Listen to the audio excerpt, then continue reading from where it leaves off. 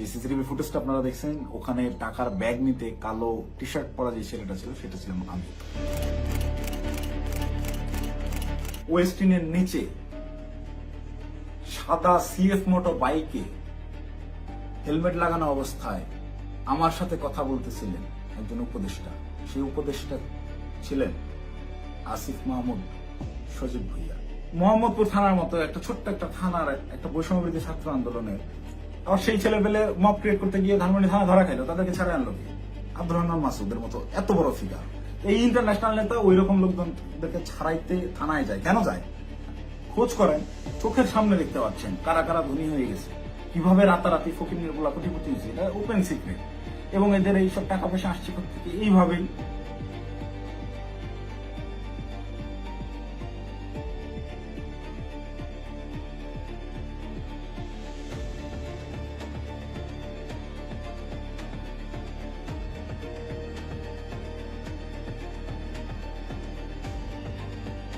আসসালামু আলাইকুম, আমি জানে আলম অপু। সম্প্রতি গুলশানে বরিশালের এই যে নারী এমপির বাসায় চাঁদাবাজির যে ঘটনার ভিডিও ফুটেজ ভাইরাল হয়েছে, যে সিসিটিভি ফুটেজটা আপনারা দেখছেন, ওখানে টাকার ব্যাগ নিতে কালো টি শার্ট পরা যে ছেলেটা ছিল সেটা ছিলাম আমি। আপনারা এই একটি সিসিটিভি ফুটেজের মাধ্যমেই দেখেছেন যে বৈষম্যবিরোধী ছাত্র আন্দোলনের সমন্বয়করা চাঁদাবাজিতে জড়িত। আপনাদের যে সমন্বয়করা গত বছর আন্দোলনে আপনাদের কাছে মহানায়ক ছিল, তারা হয়ে গেল চাঁদাবাজ। কিন্তু আমার কিছু প্রশ্ন আছে। আপনারা কি জানেন যে এই যে টাকা নেওয়ার যে ফুটেজটা, এটা সকাল 9টা থেকে 10টার ভিতরকার সময়ের মধ্যে, তার ঠিক কয়েক ঘন্টা আগে ভোর 5টার সময় ওই জোনের ডিসি ওসি সবাইকে অবগত করে একদম অফিসিয়াল প্রসেসে আইনিভাবে আইন শৃঙ্খলা বাহিনী অর্থাৎ পুলিশ বাহিনীকে সাথে করে নিয়ে স্বামীর সেই বাসায় আমরা অভিযান চালাই।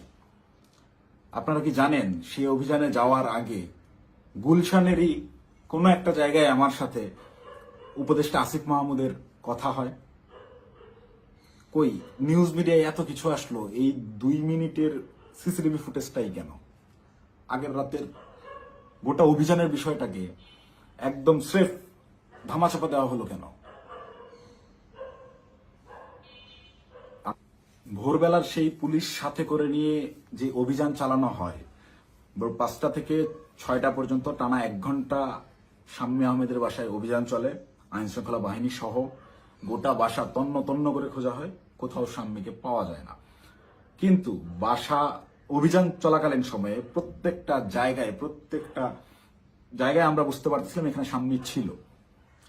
তার ব্যবহৃত জিনিসপত্র, বেডের পাশে তার ফোন, তার হেডফোন, তার জুতা, এভরিথিং, তার ভ্যানিটি ব্যাগ, সবকিছু একদম স্পষ্ট বোঝা যাচ্ছিল শাম্মী এই জায়গায় ছিল। সামহাও ইনফরমেশন লিক হয়ে গেছে, সে চলে গেছে। তো যেই 2.5 মিনিটের সিসিটিভি ফুটেজ ভাইরাল করে আমাদেরকে রাতারাতি হিরো থেকে একদম ভিলেন বানানো হলো, যারা এই কাজটা করলো তাদের কাছে আমার অনুরোধ থাকবে এবং চ্যালেঞ্জ করব আমি, যদি সৎ সাহস থাকে আগের রাতের সিসিটিভি ফুটেজটা আপনারা ফাঁস করেন, দেখি কে ফোন করছে, কার কলে, কিভাবে শাম্মীর বাসা থেকে বেরোইছে, এবং আইন শৃঙ্খলা বাহিনীর সাথে আমরা যে অভিযানে গেলাম সেখানে আমাদের ভিতর কি কি কথা হয়েছে। আমরা চাঁদাবাজ কিভাবে হলাম? চাঁদাবাজি তো করি নাই। আমাদেরকে পরের দিন সকালবেলা এটা যোগাযোগ রিয়াদের সাথে করছে, রিয়াদের সাথে যোগাযোগ করে রিয়াদকে ডেকে পাঠাইছে তারা। রিয়াদ আমাকে ফোন দেয়, ফোন দিয়ে ডেকে নেয় যে ভাই ওই বাসায় একটু আসতে হবে। তো সে আমাকে প্রাথমিকভাবে জানায় যে শাম্মী যায় নাই, এটা এখনো আমাদের কাছে তথ্য আছে, আমি বাসায় নজরদারি করতেছি, আপনি তাড়াতাড়ি আসেন। আমি ইমার্জেন্সি যাই। যাওয়ার পরে রিয়াদ আমাকে নিয়ে ভিতরে যায় এবং বলে যে ভাই উপর থেকে ডেকে পাঠাইছে বলার পর আমরা ওকে তাহলে চল। আবার যাওয়ার আগে একটু আটকাইলাম যে অন্যরা আসুক। পরে বেশ কয়েকজনকে ফোন দিল রিয়াদ, দিয়ে বলে যে ভাই সবাই ঘুমিয়ে গেছে, কেউ আসতেছে না। তো অগত্যা আমি ওর সাথেই গেলাম। সিঁড়িতে রিয়াদ আমাকে টাচ দেয় যে ভাই ওরা কিছু টাকা পয়সার কথা বলছে, পোলাপানরা চাপানি খেতে টাকা পয়সা দিবে। তা আমি স্বাভাবিকভাবেই মাইন্ডসেট করে নিছি, আমরা রাতে যে কজন আসছিল আর পুলিশ সব মিলে সর্বোচ্চ 40 জন হবে। তো পুলিশদেরকে বাদ দিলে এটা 15-20 জন বা 30 জন সর্বোচ্চ। এই কতই বা দিবে, 50,000 1 লাখ টাকা হয়তো বা দিবে। এইটা একদম নর্মাল থট থেকে ভাবছি, এই ভেবেই আমি ওর সাথে ভিতরে যাই। ও আমাকে বলে দিছে যে আমি বলছি যে আমি ভাই এগুলা আমার মন সাইদের, আমি কথাবার্তা বলতে পারি না, বলে আপনার কথা বলতে হবে না, আপনি রাতে খুব ভালো রোল প্লে করছেন, আপনারা ওরা ভয় পাবে। আপনি যেভাবে সব জায়গায় খোঁজাখুঁজি করছেন, চিল্লাচিল্লি করছেন, আপনারা ওরা ভয় পাবে। আপনার ফেসটা খালি দরকার, আপনি খালি আমার সাথে তাল মেলাবেন, বাকিটা আমি দেখবো। তো আমি যে গেছি তার সাথে, একটু আমার ভিতরেও ওই সময় হয়তো লোভ আসছে, আমি নিজেকে কন্ট্রোল করতে পারি নাই, বা ওই মুহূর্তে সঠিক ডিসিশনটা কি হবে আমি নিতে পারিনি। খুব ইনস্ট্যান্ট, সিঁড়িতে উঠতেছি আর 2 ধাপ গেলে আমি বাসার দরজায় চলে যাবো, এতটুকু সময়ের ভিতরে আমাকে সিদ্ধান্ত নিতে হয়েছে। তো এটা আমার ভুল সিদ্ধান্ত হয়তো বা ছিল। ভিতরে গেলাম, গিয়ে বসলাম। বসার পরেই ওই স্বামীর হাজবেন্ড এসে 5 লাখ টাকার অফার করে যে আমি তোমাদেরকে 5 লাখ টাকা দিচ্ছি, তোমরা যারা ছিলে তোমরা চা পানি খায়ও, আমরা শান্তিপ্রিয় মানুষ, আমি সারা জীবন চাকরি করছি, কোনো রাজনীতি করি নাই, চাকরির রিটায়ারমেন্ট শেষে এখানে আছি, রেস্ট করতেছি, এই বয়সে এসে আমাদেরকে আর তোমরা হয়রানি করিও না, আমি কোনো রাজনীতির মধ্যে নাই, তো আমাদেরকে একটু শান্তিতে থাকতে দাও। এবং উনি আরো একটা প্রশ্ন করেন যে আমাদের তথ্য তোমাদেরকে কে দিছে, তোমরা কিভাবে জানলা যে আমরা এখানে আছি। এই দুইটা বিষয় উনি জিজ্ঞেস করেন, একটা হচ্ছে অনুরোধ করেন ওনাদেরকে ডিস্টার্ব না করতে, আরেকটা হচ্ছে ওনারা যে এই বাসায় আছেন, স্বামী যে এই বাসায় থাকেন বা ওনারা এই বাসায় আছেন, এই তথ্যটা কে দিছে। এই দুইটা ইসের বিনিময়ে সে 5 লাখ টাকা দিতে রাজি হয় এবং আনতে চলে যায় এখন, যে তো আমি তোমাকে 5 লাখ টাকা দিচ্ছি, তোমরা এটা নিয়ে যাও।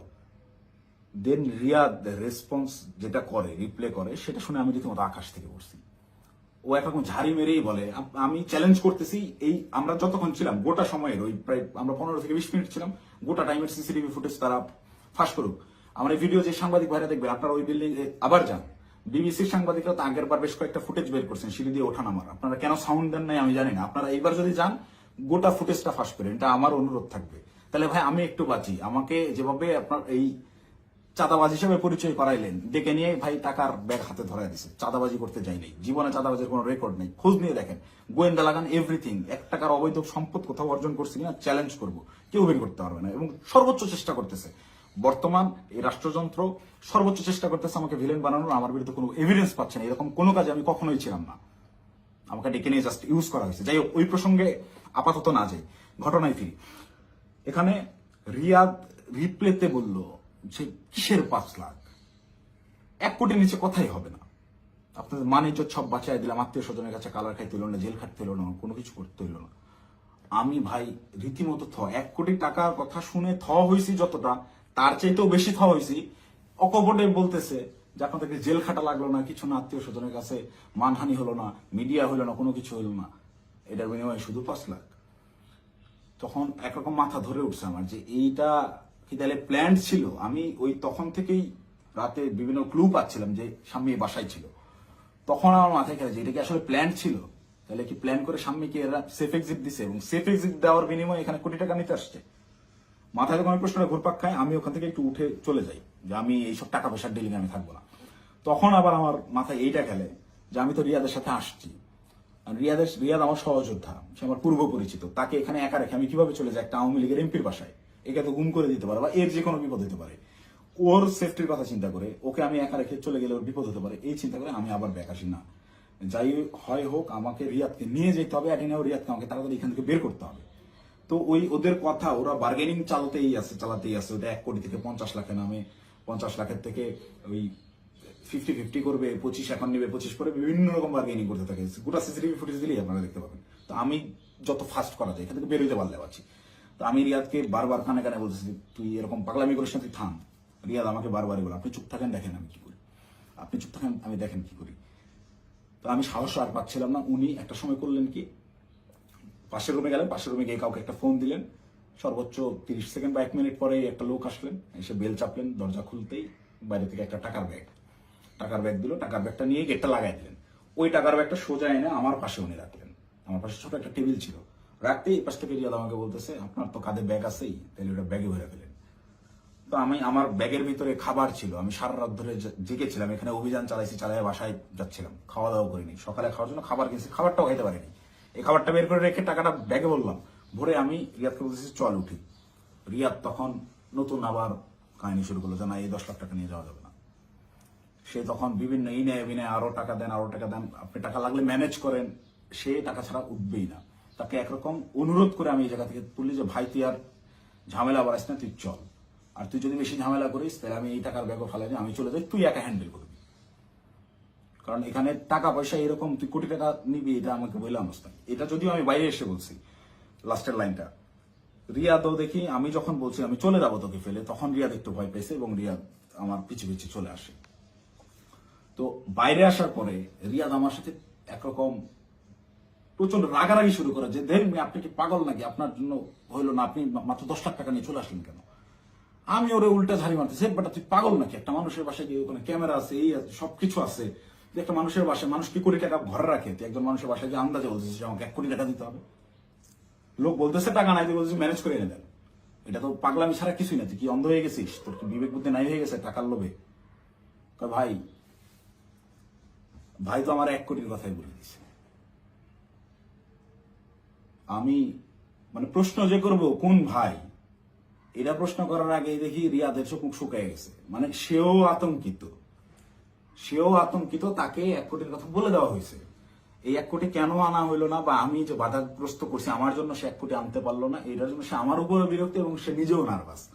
রিয়াদের চোখে মুখেও দেখি চিন্তার ছাপ। পরে আমি বললাম কোন ভাই, কখন বললো তোরে, কার সাথে কথা বলছিস আমি যাওয়ার পরে। বলছে রাতে কোন ভাই আসছিল দেখেন নাই। তখন আমি 30 সেকেন্ডের মতো চুপ করে থাকি, ভাবতে থাকি। যখন রাতে কোন ভাই আসছিল এইটার সমীকরণটা আমার মাথায় মেলে এবং রিয়াদকে আমি বলি যে যে ভাইয়ের সাথে কথা বলে আসলাম তুই কি সেই ভাইয়ের কথা বলতেছিস। রিয়াদ বলে হ্যাঁ। কয় আপনি বুঝতেছেন না ওখানে ক্যামেরা আছে, সবকিছু আছে, সবকিছুর সামনে আমি 1 কোটি টাকার সাহস করতেছি, এটা কি এমনি এমনি। তখন আমার কাছে একটু এলেও বিশ্বাসযোগ্য মনে হচ্ছে না আসলে এইটুকু একটা ছেলে ও 1 কোটি টাকা চেয়ে ফেলছে, ক্যামেরা আছে এটা জেনে সহ ও জানে। কিন্তু এই বাসায় আমরা 3-4 ঘন্টা আগেও পুলিশ সহ অভিযান চালাই গেছি, বাসার কোথায় কি আছে সব জানা। ও খুব ভালো মতো জানে এখানে সিসিটিভি ক্যামেরা আছে, সব রেকর্ড হচ্ছে। তারপর ও বিন্দু পরিমাণ ভয় ছাড়া ও অকপটে 1 কোটি টাকা চেয়ে ফেলছে। তাহলে অবশ্যই ওর কথার কিছুটা হইলেও সত্যতা আছে, ওর পেছনে ওই রকম ব্যাকআপ আছে। তো আমি একরকম মন খারাপ করে চলে যাচ্ছি, আমার মাথায় কিছু কাজ করতেছে না। তো রিয়াদ আমাকে জোর করে টেনে রিক্সায় তুলে ওই টাকার ব্যাগ সহ ঢাকার বিভিন্ন জায়গায় ঘোরাঘুরি করতে গেছে। আমাকে বিভিন্নভাবে কনভিন্স করতে থাকেছে, ভাই উনি তো বলছে। আমি নেমে আসার পরেও রিয়াদ গেটে ছিল, ওদের সাথে বার্গেনিং করে আসছে, 2 দিন সময় দিয়ে আসছে যে 2 দিন পর আমরা আবার আসবো, এটা বলে আসছে। তো আমাকে বলতেছে ভাই ওনাকে 2 দিন সময় দিয়ে আসছি, 2 দিন পরে কিন্তু আসতে হবে, আমাদেরকে টাকা তুলতে হবে। আমি ওর কথা বাড়াইলাম না, বললাম দেখা যাবে। আমি খালি চাচ্ছিলাম এখান থেকে আমি কাটতে পারলে পারছি, আমি কিসের মধ্যে পড়ে গেছি। এইভাবে রিয়াদ চলে গেল ওখান থেকে ওই ওর বাসার দিকে। খুব সম্ভবত এটা মধ্যপাটা বৈঠাখালী নামের একটা জায়গায় যাবে, সেই জন্য একটা সিএনজি নিল এবং আমাকে ছেড়ে দিল। আমি আমার মতো চলে গেলাম এবং যাওয়ার সময় আমি ওকে জিজ্ঞেস করলাম তুই টাকাগুলা কি করবি। ও বলছে ভাই পোলাপান যেগুলো আসছে পোলাপানদেরকে দিতে হবে, তারপর ওই বাকি টাকাও তুলতে হবে, সব টাকা একসাথে তুলে তারপরে তো এটা ভাগাভাগির হিসাব। আমরা টাকাই তো তুলতে পারলাম না, এটা তো যা দিচ্ছে এটা তো আজকের পোলাপানেরই খরচ, পোলাপানের চাপানি খেতে দিছে। দেন আমি একটু চিন্তায় পড়লাম, তারপর আমি বললাম তাহলে পোলাপানদের দিয়ে দিস। ও বলছে ওকে, বিকালবেলা ইনশাল্লাহ এটা ভাগাভাগি করব, আপনাকে ফোন দিয়ে জানাবো। তো বিকালে আমি তো এর মধ্যেই আমি বেশ কয়েকজনের সাথে রাতে যারা ছিল তাদের বেশ কয়েকজনের সাথে যোগাযোগ করি এবং তাদের কথাবার্তা আমি সরাসরি স্বীকার করি নাই বা বলি নাই যে রিয়াদ এরকম করছে। তাদেরকে আমি বিভিন্নভাবে ঘটনাটা সম্পর্কে অবগত করার চেষ্টা করি যে তোর এরকম কিছু হয়েছে কিনা বা রিয়াদ কোনো টাকা পয়সা দিয়েছে কিনা। তো সবাই অস্বীকার করতেছে, মানে যারা আসছিল এই অভিযানটা চালাইতে তারা কেউ এই বিষয়ে অবগতই না। তার মানে এখানে ওই যে আমাদের গ্রুপে ইনফরমেশন দেওয়া হলো অমুক বাসায় আওয়ামী লীগের এমপি আছে বলে ছাত্রদেরকে চেতায় দেওয়া হলো, চেতায় দিয়ে এই ছাত্রদেরকে মব করতে পাঠানো হলো। ওখানে ছাত্রদেরকে পুলিশ বাহিনী সহ ওই এমপির বাসায় পাঠাইয়া ওই পরিবারকে ভয়ভীতি প্রদর্শন করা হলো। করার পরে ছাত্ররা সবাই যে যার মতো বাসায় চলে গেল। তারপরে চাঁদাবাজের দল চাঁদাবাজি করতে আসলো। ঘটনা এইটাই। এখান থেকে মাঝখান থেকে সাধারণ ছাত্ররা ব্যবহৃত হইলো। এই ব্যবহারের তালিকায় সেদিন আমিও পড়ছি, আমিও ব্যবহৃত হয়েছি এবং বিভিন্ন সময় বিভিন্ন ঘটনায় এরা এইভাবে বিভিন্নভাবে ছাত্রদেরকে ব্যবহার করে এইসব করে। তারপর বিকালবেলা রিয়াদ আমাকে ফোন দেয়, ফোন দিয়ে ডাকে হচ্ছে রামপুরায়। তো এমনিতেই আমি হাতিরঝিলে যেতাম, তারপরের দিন আমাদের বেসরকারি বিশ্ববিদ্যালয়ের প্রোগ্রাম হাতিরঝিলে, সেই প্রোগ্রামের বাস্তবায়ন কমিটিতে ছিলাম, ভেন্যু পরিদর্শনের জন্য যাওয়ার কথা। এমনিতেই যাইতাম, তো ওর কথা শুনে আমি একটু হাতিরঝিল থেকে আগায় গেলাম রামপুরার দিকে। তো ওর সাথে যখন যাই সে আমাকে বিভিন্নভাবে কনভিন্স করার চেষ্টা করে যে ভাই আপনি অপ্রস্তুত হয়ে পড়ছেন এটা বুঝছি, কিন্তু এটা এভাবেই হয়, এরকমই, আপনি বলার জন্য আপনি জানেন না। সে আমাকে ইনে বিনে বিভিন্নভাবে প্রলোভন দেওয়া শুরু করে যে আপনি আপনি এ যাবত আপনি কয় টাকার মালিক, আপনি কয় টাকা কামাইছেন। দেন আমি ওকে ডিরেক্ট বলি যে ভাই এই মাসে আমার সেমিস্টার ফাইনাল পরীক্ষা গেছে, আমি টিউশন ফি দিতে পারি না, জন্য পরীক্ষা দিতে পারিনি। আপনার জায়গায় যদি আমি থাকতাম, রিয়াদ সরাসরি আমাকে বলছে, আপনার ফেস যদি আমার থাকতো, আমি যদি আপনার ওই আপনার কেন্দ্রীয় যে পদ, সেই পদ যদি আমার থাকতো, এতদিন আমি কমপক্ষে 20 কোটি টাকা কামাইতাম। রিয়াদ আমার মুখে বলছে আপনি একটা বলো। তো আমার এই কথাগুলো শুনে আরো বেশি খারাপ লাগতে লাগলো যে কি বলে, প্রচন্ড মন খারাপ। আমি ওকে বলি যা হয়েছে বাদ, আমরা হাতি জেলে যাই, প্রোগ্রামের কি অবস্থা দেখি। আমার মূল কনসার্ন আমার আবার সাংগঠনিক কাজে ফেরা। তো হাতি জেলের প্রোগ্রামের ওইটা পরিদর্শন করে ওই জায়গা থেকে সন্ধ্যা হয়ে গেছে। রিয়াদ আমাকে কন্টিনিউয়াসলি পুশিং করে যাচ্ছে। সে আমাকে নিয়ে মহাখালী যায়, মহাখালী ওখানে ইয়ামাহার শোরুম থেকে সে আমাকে একটা বাইক কিনে দেয়। এবং এটা সে প্রায় সময় এরকম হয়েছে যে রাত বেশি হয়ে গেছে, আমি বাসায় ফেরার জন্য সেফ কোনো কিছু যানবাহন পাচ্ছিলাম না। ম্যাক্সিমাম টাইম আমাকে ওই উবার ভাড়া করে যাইতে হইতো। আমি ওদের কাছ থেকে টাকা ধার নিতাম এবং প্রায়শই এটা বলতাম যে আমার একটা বাইক থাকলে খুব ভালো হতো। এইটাকে সে কাজে লাগে, আমাকে একটা বাইক কিনে দেয় সে, আমাকে সাথে করে নিয়ে গিয়ে, এবং সে আমার পিছনে বাইকে চড়ে ঘুরে ঢাকা শহরের বিভিন্ন জায়গায়। এবং পরবর্তীতে পরের দিন অনুষ্ঠানটা শেষ হয় কোনো মতে, 18 তারিখের প্রোগ্রামটা শেষ হওয়ার পরে সে রাত্রেবেলা আমাকে ফোন দেয় যে ভাই 2 দিন তো হয়ে গেল, আমাদেরকে ওই বাকি 40 লাখ টাকা আনতে যাইতে হবে। এটা তো 1 কোটি নেওয়া যাইতো, আপনি খালি পাকনামি করে 50 লাখ নামা দেন। তখন তো আমি অস্বীকার করি, না ভাই আমি এইসব কাজে আর যাবো না। দেন আমাকে ডিরেক্ট ব্ল্যাকমেল, আপনি ওই টাকা দিয়ে বাইক কিনছেন, আপনার ফুটেজ আছে তো, আপনি বাইক কিনছেন, শোরুমে ডকুমেন্টস আছে, আপনি তো এটার পার্ট, আপনি তো টাকা ভোগ করছেন, আপনাকে তো যাইতেই হবে।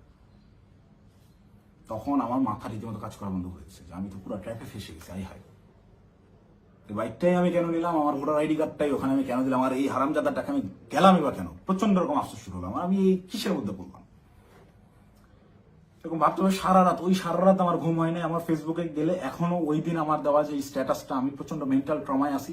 তার আগের রাত সারা রাত ধরে গত বছর জুলাইয়ের সেই আন্দোলনের স্মৃতিগুলা, এই আমার ভাইদের রক্তাক্ত সেই দেহগুলা, এই গুলি চালানোর দৃশ্যগুলো সবকিছু আমার চোখের সামনে ভাসতে থাকে। আমার ভাই সারা রাত ঘুমায় নাই যে কি করলাম, কি হচ্ছে, কি এটা কি।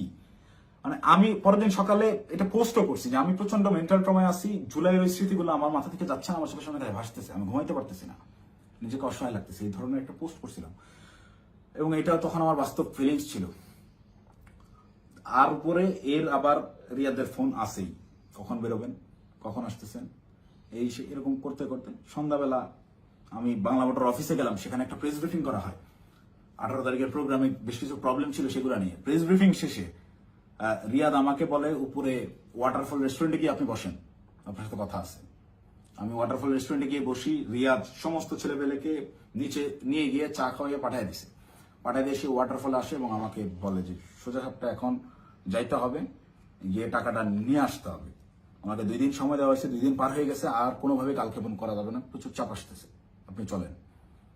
তো আমি একরকম চিপাই পড়ে গেছি। ওর কথা শুনে আমি ওই জায়গায় যে রেস্টুরেন্টে বসছি, ওইখান থেকে বের হওয়ার অপশন নাই। তো আমি বাধ্য হয়ে বললাম আচ্ছা চল দেখা যাক। তো এই দিন গিয়ে আমি সর্বোচ্চ চেষ্টা করছিলাম যে কিভাবে এটা এড়ানো যায়। আমি গেটের সামনেই হোন্ডা থামায় ভিতরে ঢুকে দারোয়ানের সাথে কথাবার্তা বলে ওদের উপরে গিয়ে 2টা বেল চেপে আমি খালি ওরা টানতেছি, যারা বাসায় নেই আয়, তুই দরজা খুলবে না, আয় আয়, এই বলে ওকে বের করে নিয়ে আসছি। নিয়ে আসার পরে আবার হোন্ডা টান দিয়ে চলে আসছি। তারপর থেকে ওই দিন থেকে আমি ওর সাথে যোগাযোগ করা বন্ধ করে দিছি। টানা 2 দিন ওর সাথে আর যোগাযোগ করি নাই। ও আমাকে মেসেজ দেয় বিভিন্ন ভাবে, আমি যে টাকা নিছি, আমাকে যে ট্র্যাপে ফালানো হচ্ছে, এইটা বারবার সে উল্লেখ করার চেষ্টা করে। আমাকে মেসেজ করে, ভাই টাকা নিয়ে হারায় গেলেন, খোঁজ নাই কেন? প্রত্যেকটা মেসেজে টাকা শব্দটা মেনশন করে, যেন পরবর্তীতে সেটা স্ক্রিনশট আমার বিরুদ্ধে ব্যবহার করতে পারে, বা আমাকে বোঝায় যে তুমি যে টাকা নিচ্ছ এটা কিন্তু এভিডেন্স আছে। আমাকে ব্ল্যাকমেল করার চেষ্টা করে। তো আমি রিয়াদের মেসেজ রেসপন্স করা অফ করে দিলাম একটা সময়। এবং যখন দেখলাম আমি ট্র্যাপে ফেসে গেছি এবং ওরা যা বলে আমাকে তাই করতে হবে, তখন আমি রিয়াদের সাথে সম্পূর্ণরূপে যোগাযোগ করা বন্ধ করে দিই এবং রিয়াদকে বলি তুই যদি আমাকে এইগুলা নিয়ে চাপ দিস তাহলে আমি কিন্তু সমস্ত কিছু ফাঁস করে দেবো, এবং ওই বাসায় তুই যদি আরেকবার যাস, আমি এখনই ওই বাসার লোককে ফোন দিব, সে যেন থানায় বলে রাখে, পুলিশ দিয়ে তোদের যেন ধরায় দেয়, অথবা এই সিসিটিভি ফুটেজ যেন ফাঁস করে দেয়, আমার যা হবে হবে, তোদের এইসব আমি আর মানতে পারতেছি না। দেন রিয়াদও ভয় পেয়ে যায়, একরকম ও আমাকে থ্রেট মনে করা শুরু করে। ও দেখে রিয়াদ আর ভয় আমার সাথে যোগাযোগ করতেছে না। এবং সর্বশেষ যে ঘটনাটা ঘটে, রিয়াদ যেদিন ধরা খায় সেই দিন সে আমাকে না জানায় গেছে, সে আমাকে থ্রেট মনে করা শুরু করে। এবং এইটা সে তার উপর লেভেলের যে ভাইরা আছে, যে ভাইরা তাকে নিয়ন্ত্রণ করে, সেই ভাইদেরকে সে জানায় যে অপু এটা পজিটিভলি নেয় নাই, প্রচুর সমস্যা করতেছে। আর আসলে পজিটিভলি নেওয়ার মতো না, এই এক্সপিরিয়েন্স আমার লাইফে ফার্স্ট টাইম। তো রিয়াদ ওই দিন যে গেল আমাকে সম্পূর্ণরূপে না জানায়, এবং আমার কোনো আগ্রহ ছিল না, আমি ওইটাতে যাইও নাই, এবং আমি যাব না জন্যই, ওদের এই ট্র্যাপে আমি আর ইউজ হব না জন্য প্রচন্ড রাগে ক্ষোভে আমি একরকম ওই ফোন টোন সব অফ করে একটু সাইলেন্ট হয়ে যাই, যে আমাকে যেন না পায়। আমার ভালোই লাগতেছে না, আমার বিবেকের তাড়নায় আমার মন চাচ্ছিল আত্মহত্যা করি। মানে আমার কিছু করার নাই, ওরা ব্ল্যাকমেল করা শুরু করছে, আপনি হুন্ডা কিনছেন, এই করছেন সেই করছেন। রিয়াদ যেদিন অ্যারেস্ট হয়ে প্রথমে থানায় গিয়ে প্রথম স্টেটমেন্টই এটা দিছে যে এই জায়গায় চাঁদাবাজি জানে আলম অপু করছে, টাকা জানে আলম অপু নিচ্ছে, সেই টাকা দিয়ে সে বাইক কিনছে। মানে এইটা পূর্ব থেকেই ওকে শেখানো স্টেটমেন্ট। টাকা নিলি 10 লাখ, থানায় গিয়ে সাংবাদিকদের সামনে বলতেছি যে এরা 5 লাখ টাকা দিচ্ছে, 5 লাখ টাকায় জানা আলম অপু নিচ্ছে, নিয়ে 3 লাখ টাকা দিয়ে বাইক কিনছে, বাকি টাকা ওর ওয়াইফের চিকিৎসায় খরচ করছে। মুখস্থ বয়ান বলে দিবি, তুই কি জানোস আমার ওয়াইফ অসুস্থ কিনা? আন্দাজে একটা কথা যে বলে দিল, আমার ওয়াইফের গত 6 মাসে ওই রকম মেজর কোনো অসুস্থতা আসে নাই যে যার জন্য মেডিকেলে টাকা দিতে হবে। যাই হোক, রিয়াদ অ্যারেস্ট হয়ে থানায় গিয়ে যখন প্রথম স্টেটমেন্টটাই আমার বিরুদ্ধে দিল, এবং ওই জিনিসগুলো যখন আমি দেখলাম যে আমার সিসিটিভি ফুটেজ ভাইরাল করা হয়েছে, এবং রিয়াদ রিমান্ডে তো গেল পরে, আমি রিমান্ডে যাওয়ার পরে স্টেটমেন্ট দিলেও আমি বলতে পারতাম যে সে নির্যাতনের ঠেলায় হয়তোবা নিজে বাঁচার জন্য দোষ আমার উপর পার করেছে। তা না, সে অ্যারেস্ট হয়ে থানায় গিয়ে প্রথম স্টেটমেন্ট দিচ্ছে আমার বিরুদ্ধে যে এইগুলো সব জানালো মুখ করছে। এটা তার শেখানো বলে ছিল, তার উদ্দেশ্য ছিল আমাকে কর দেওয়া। এবং এখন পর্যন্ত রিয়াদের বিষয়টাকে ইচ্ছাকৃতভাবে মিডিয়া ট্রায়ালে রাখা হয়েছে, যতক্ষণ পর্যন্ত আমাকে না ধরতে পারবে, এই সমস্ত দোষ আমার উপরে না চাপাইতে পারবে, ততক্ষণ পর্যন্ত এরা থামাবে না। এরা আমি বাইরে থাকার থ্রেড মনে করতেছে। আমি আসতেছি, যে কোনো সময় আমি অ্যারেস্ট হয়ে যেতে পারি, আমাকে ওই হাসিনার মতো গুম করা হবে। হাসিনা যেভাবে নিয়ে আয়না ঘরে রাখতো মানুষজনদেরকে, কেউ জানতো না, বলতো সে নিজে একা একা হারায় গেছে। আমাকে বলতো যে সে চাঁদাবাজি করছে, করে এখন গা ঢাকা দিছে, কোথায় না কোথায় গিয়ে আছে। তো আমি জানি না আমার আসলে কি অপেক্ষা করতেছে, তবে আমি মহান আল্লাহ তাআলার কাছে শুকরিয়া জ্ঞাপন করতেছি। হয়তোবা জীবনে কোনো একটা ভালো কাজ করছিলাম, যার বিনিময়ে আল্লাহ তাআলা আমাকে ওই দিন ওই জায়গাটায় নেওয়া থেকে বিরত রাখছিলেন। আল্লাহ তাআলা হয়তোবা চান নাই যে আমি ওই পরিমাণ বেইজ্জতি হই, যার কারণে আমাকে নেয় নাই। আমি শুকরিয়া আদায় করি মহান আল্লাহ তাআলার কাছে, আমি চিরকৃতজ্ঞ। যাই হোক, এখন আমি যে কোনো সময় আমাকে আপনারা জেলখানায় দেখতে পারেন, আমার লাশ আপনারা নদীতে ভাসতে দেখতে পারেন, অথবা হঠাৎ করে একদিন টেলিভিশন খুলে দেখবেন যে আমি ওই বসে আছি, আমার সামনে প্রচুর টাকা পয়সা, মদ, তারপর হচ্ছে অস্ত্র দিয়ে আমাকে দেখানো হচ্ছে আমি ঢাকা শহরের সবচেয়ে বড় মাফিয়া ছিলাম, গ্যাংস্টার ছিলাম, আমাকে অ্যারেস্ট করা হয়েছে। এরকম যে কোনো নাটকই সাজানো হইতেই পারে। তো এই নাটকগুলো যদি সাজানো হতে পারে, বা আমাকে এভাবে ফাঁসানো হতে পারে, আমাকে দিয়ে এই কথাগুলো বলানো হতে পারে, তার আগেই সঠিক সত্যটা জাতির উদ্দেশ্যে, জাতিরকে জানানোর জন্য আমার এই ভিডিওটা বানানো। এখন আসি, অনেকেই এই ভিডিও দেখে বলবেন যে ভাই তুই এই 4-5 দিন ধরে চুপচাপ থেকে খুব সুন্দর স্ক্রিপ্ট লিখছিস। অনেকে, আমি যখন পোস্ট করছিলাম যে আমি গোটা বিষয়টা ক্ল্যারিফিকেশন একটা ভিডিও দিব, অনেকেই কমেন্ট করছে যে হ্যাঁ ভাই সময় নেন, সমস্যা নাই, ভালো করে স্ক্রিপ্ট লেখেন তারপর আইসেন। তো এইখানেও যারা বলবেন যে স্ক্রিপ্ট করা হয়েছে, তাদেরকে আমি বলবো ওই 17 জুলাই 16 জুলাই পার হয়ে রাত 12টার পরে, যখন 17 জুলাই পরে, ওই 17 জুলাই ভোর 4:15 থেকে 30 এই 15 মিনিট সময়, কিংবা 4:10 থেকে 4:30 এই 20 মিনিট, বা আমি যদি আরো 10 মিনিট বাড়াই, 4:10 থেকে 4:40 পর্যন্ত 30 মিনিট আমি বললাম, এই 30 মিনিটের ওই যে গুলশান 2 মোড় পার হয়ে যেই 5 স্টার হোটেলটা, ওয়েস্টিন ইন্টারন্যাশনাল যে হোটেলটা, এই ওয়েস্টিনের নিচে সাদা সিএফ মোটো বাইকে হেলমেট লাগানো অবস্থায় আমার সাথে কথা বলতেছিলেন একজন উপদেষ্টা। সেই উপদেষ্টা ছিলেন আসিফ মাহমুদ সজীব ভুইয়া। আপনাদেরকে চ্যালেঞ্জ করব, আমাকে ভুল প্রমাণ করার আগে আপনারা ওই সিসিটিভি ফুটেজ জাতির সামনে আনবেন, এনে দেখাবেন যে ওই সময় আসলে এরকম কোনো কিছু ঘটে নাই। আমার সাথে আসিফ মাহমুদ সজীব ভুইয়ার কোনো কথাবার্তা হয় নাই, সে ওখানে আসে নাই। একজন উপদেষ্টা ভোর 4টার সময় বাইকে চড়ে হেলমেটে মুখ ঢেকে গুলশানের মতো অভিজাত এলাকায় কি কাজে আসে, এটা আমার জানার কথা না। আমি তো মামুলি পার্সন, তারা তো হাই লেভেলের পার্সন। আর আমার সাথেই কেন কথা বলতে হয় বা কি বা কথা হয়। এবং ওই যে রিয়াদ বললো রাতে যেই ভাই আসছিল, এবার সমীকরণটা আপনারাই মিলাম যে রাতে কোন ভাই আসছিল, কোন ভাইয়ের সাথে আমার কথা হয়েছে এবং কোন ভাইয়ের কথা রিয়াদ ইন্ডিকেট করছে। শুধু ওই ভাই না, আরো যেসব ভাই আছে সব ভাইরাই এটাতে জড়িত এবং এটা ওপেন সিক্রেট। এই সকল ভাইরা, এই যে আমাদের আসিফ মাহমুদ সজীব ভুইয়া ভাই সেদিন যে সিএফ মোটো বাইকটা নিয়ে আসছে, এই রাত্রেবেলা বাইক রাইডিং করতে সে গুলশানে আসছে, ওই ওয়েস্টিনে 5 স্টার হোটেলে ছাড়া সে বসে না কোথাও। সে ওই গত বছর জুলাইতেও 50,000 60,000 টাকা দামের সেকেন্ড হ্যান্ড একটা স্কুটি চালাইতো, এখন সে সিএফ মোটো চালায়। যাই হোক, এটা চোখের সামনে আপনাদের কে কি করছে, আঙ্গুল ফুলে কলা গাছ কিভাবে হয়েছে, যে সকল ছেলেপেলেরা ওই হলে থাকতে পারতো না ছাত্রলীগের যন্ত্রণায়, বাইরে বাসা ভাড়া নিয়ে থাকবে, বাসা ভাড়ার টাকা থাকতো না, বিভিন্ন রাজনৈতিক নেতাদের কাছ থেকে টাকা ধান নিয়ে থাকতে হইতো, ডোনেশনে যাদের ম্যাচ ভাড়া চলছে তারা এখন ডুপ্লেক্স বাড়িতে থাকে, নিজস্ব গাড়িতে চলাফেরা করে। এটা গোটা জাতি জানে। আমি আসলে এমনিতেই তো আমাকে যথেষ্ট পরিমাণ ট্র্যাপে ফেলানোর চেষ্টা করতেছে, তো আমার মনে হয় যে এই বিষয়গুলো ক্লিয়ার না করে গেলে আমাকে দিয়ে ওরা যে কোনো স্টেটমেন্ট দেওয়া হতো। একটা ছোট্ট ক্লু দিই, রিয়াদের সাথে অ্যারেস্ট হওয়া যেই 4টা ছেলে, এই 4টা ছেলে এই ঘটনার কোনো কিছুই জানে না। এই 4টা ছেলেকে রিয়াদ একইভাবে আমাকে যেরকম বলছে ওই সাময়িকা পাওয়া গেছে আপনি আসেন এই বলে নিয়ে যে ব্যবহার করছে, ওই আমাকে খালি বলছে যে আপনি রাতে অনেক ভালো ভূমিকা রাখছেন, আপনার ফেসটাই আনাফ, আপনারা দেখলেই ভয় পাবে ওরা। ঠিক তেমনি ভাবে এই কয়েকটা ছেলে পেলে নিয়ে গেছে যে তোদের কিছু করতে হবে না, তোরা খালি চুপচাপ দাঁড়ায় থাকবি, যা করার আমি করবো। এইরকম কোন একটা প্রলোভন দিয়ে এই ছেলেগুলোকে নিয়ে গিয়ে ফাঁসাইছে। ফাঁসানোর পরে এরা রিমান্ডে গেল। এরা কি হত্যা করছে ভাই? 10 দিনের রিমান্ড কেন লাগবে? 10 দিনের রিমান্ড এই কারণেই চাওয়া হয়েছে বা 7 দিনের রিমান্ড এই কারণেই দেওয়া হয়েছে যে ঠিক ততক্ষণ পর্যন্ত এদেরকে জিজ্ঞাসাবাদ করা হবে যতক্ষণ পর্যন্ত এরা তাদের দেওয়া স্ক্রিপ্টেড দেওয়া বক্তব্য নিজেরা প্রকাশ না করতেছে। ভাই এই একটা চাঁদাবাজি সিসিটিভি ফুটেজ ফুটেজ সব আছে, এটা তদন্ত করতে 7 দিনের রিমান্ড লাগে না, এটা বুঝতে রকেট সায়েন্স লাগে না। এখন ওই ছেলেগুলা যারা চাঁদাবাজিতে মানে গোটা ঘটনার সাথে কোনোভাবেই কানেক্টেড না, এই ছেলেগুলা আমি নিউজ দেখলাম প্রাথমিকভাবে স্বীকার করে নিচ্ছে চাঁদাবাজিতে জড়িত থাকার কথা। তারা জড়িত না থেকেও জড়িত থাকার কথা স্বীকার করে নিচ্ছে।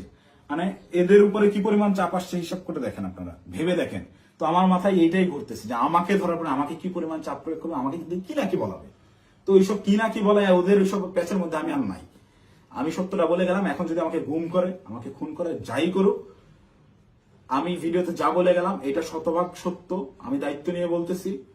আমি আপনারা অনেকেই আমার পরিচিত মানুষজনদের ভিতরে অনেকেই ভিডিওটা দেখবেন যারা আমার সহযোদ্ধা, যারা আমার সাথে এতদিন চলাফেরা করছেন এবং যারা আমার সম্পর্কে জানেন, যারা আমার শুভাকাঙ্ক্ষী, তারা অবশ্যই এই কথাগুলো বিশ্বাস করবেন। তারা জানেন আমি ওই রকম দুর্নীতির সাথে যুক্ত হতেই পারি না এবং আমাকে তারাও ইউজ করে সুবিধা করতে পারে নাই। সুবিধা করতে পারে নাই জন্যই আমাকে আটকে দেওয়ার এত চেষ্টা। তো আমি যদি গুম হয়ে যাই, খুন হয়ে যাই, নিখোঁজ হয়ে যাই, যাই হোক, আমাকে যাই করুক, আপনারা দয়া করে এই সত্যটা জেনে রাখবেন, এইটাই প্রচার করবেন। অপু চাঁদাবাজ ছিল না এবং জুলাইকে বিক্রি করে চাঁদাবাজি যারা করতেছে, যারা ধনী হয়েছে, ফকিরের পোলারা কোটিপতি হয়েছে, তাদের বিরুদ্ধে আওয়াজ তুলতে গিয়ে অপু নিজেই চাঁদাবাজ হয়ে গেছে, ষড়যন্ত্রের শিকার হয়ে। ভাই আমি যদি চাঁদাবাজি করতাম, ভাই এই 1 মাস আগে আমার ইউনিভার্সিটিতে আমার সেমিস্টার ফাইনাল পরীক্ষা গেল, মাত্র 60 থেকে 70,000 টাকার মতো আমার ডিউ ছিল। এই 60-70,000 টাকা আমি দিতে পারিনি, এই জন্য পরীক্ষা দিতে পারিনি। আমি এনসিপির পদযাত্রায় গেলাম 5 তারিখে। 5 তারিখে পদযাত্রা আমার জেলায় ছিল, আমি 4 তারিখে গেছি। আত্মীয় স্বজন, বাসার ফ্যামিলি মেম্বার সবাই জানে যে আমি আমার জেলায় সমাবেশ, এই কারণে আমি পরীক্ষা দিচ্ছি না। আসলে আমি টাকার অভাবে পরীক্ষা দিইনি। আপনার ইউনিভার্সিটিতে খোঁজ নিয়ে দেখেন, আমার পোর্টালে গিয়ে দেখেন আমার ডিউ কত টাকা। আমি রেজিস্ট্রার স্যারকে মেইল করছিলাম যে স্যার আমাকে পরীক্ষা দেওয়ার পারমিশন দেওয়া যায় কিনা, তারা আমাকে পরীক্ষা দেওয়ার পারমিশন দেয় নাই ডিউ রেখে। আমি এনসিপির সমাবেশে যাই 4 তারিখ, আমার বউয়ের কাছ থেকে 4,000 টাকা ধার নিয়ে যাই এবং ওই টাকা শেষ হওয়ার পরে আরেক ফ্রেন্ডের কাছ থেকে 2,000 টাকা ধার আনি। এভাবে ধার দেনা করে চলা লোক আমি যদি চাঁদাবাজি করতাম, ওদের মতো কোটি কোটি টাকার মালিকই হইতাম, ওদের সাথে লিয়াজো করে এইসব করতাম, আমাকে এত কষ্ট দিন যাপন করতে হইতো না। তো আমাকে চাঁদাবাজের যে নাটক করে আমাকে চাঁদাবাজ বানায় ভিলেন বানানো হইলো, এদের জন্যই, এদের সাথে থেকে জুলাই এইরকম সংগ্রাম করছি, মানে আমার মাথায় খেলে না। আমি জুলাইতে, আপনারা যারা আমাকে আগে থেকে চেনেন তারা দেখছেন কিভাবে আমি একদম মুমূর্ষু অবস্থায় হাসপাতালে 13 দিন 14 দিন পড়েছিলাম। 30% 40% রিকভার করছি। অর্ধেক অসুস্থ অবস্থায় হাসপাতালের বেড থেকে চিকিৎসাধীন অবস্থায় আমি উঠে গিয়ে আবার আন্দোলনে যোগ দিয়েছি। আমার মন মানতেছিল না, আমার বিবেক কোনোভাবেই থামতেছিল না, আমার মস্তিষ্ক মাঠেই পড়েছিল না, আমার ভাইদেরকে হত্যা করতেছে, এটা আমি মানতে পারবো না। তো একইভাবে এই চাঁদাবাজের ঘটনায় যেভাবে আমি ফেসে গেলাম, আমার মাথায় এইটাই ঘুরছে, না এটাতে আর সায় দেওয়া যায় না, এটা আমি সায় দিতে পারবো না। সেদিন থেকেই আমি বিরূপ আচরণ শুরু করি, এইসব চিন্তা ভাবনা আমার মাথায় ঘুরতে থাকে। আমি ওই জুলাইয়ে যেই সংগ্রাম আপনাদের জন্য করছিলাম সেই সংগ্রাম সবসময় জারি রাখবো। আমি কখনো চাঁদাবাজি করি নাই ভাই, ওইটা আমার রক্তে নাই। আমার মায়ের ফোন গত 8 দিন ধরে আমি ধরার সাহস করি না। আমার মামাকে কন্টিনিউয়াসলি ফোন দিয়ে যাচ্ছে। আমার আম্মা আমাকে ওই শিক্ষা দেয় না, আমার বাবা আমাকে ওই শিক্ষা দেয় না। আমি মার ফোন ধরে যে হ্যালো বলবো, এই হ্যালো বলার সাহস আমি করতে পারিনি এখন পর্যন্ত। আম্মুকে আমি হ্যালো বলার পরে উত্তরটা কি দিব? আমাকে আপনারা চাঁদাবাজ বানায় দিলেন ভাই। আমার মাথায় গেল। আমার ওয়াইফ আমাকে ফোন দিয়ে বলতেছে যে আমার হাজবেন্ড চাঁদাবাজি করে, এটা আমাকে দেখতে হইলো। এটা দেখার আগে আমি আত্মহত্যা কেন করলাম না? আমার মৃত্যু কেন হলো না? তুমি দয়া করে এই মুখটা আমাকে আর দেখাইবা।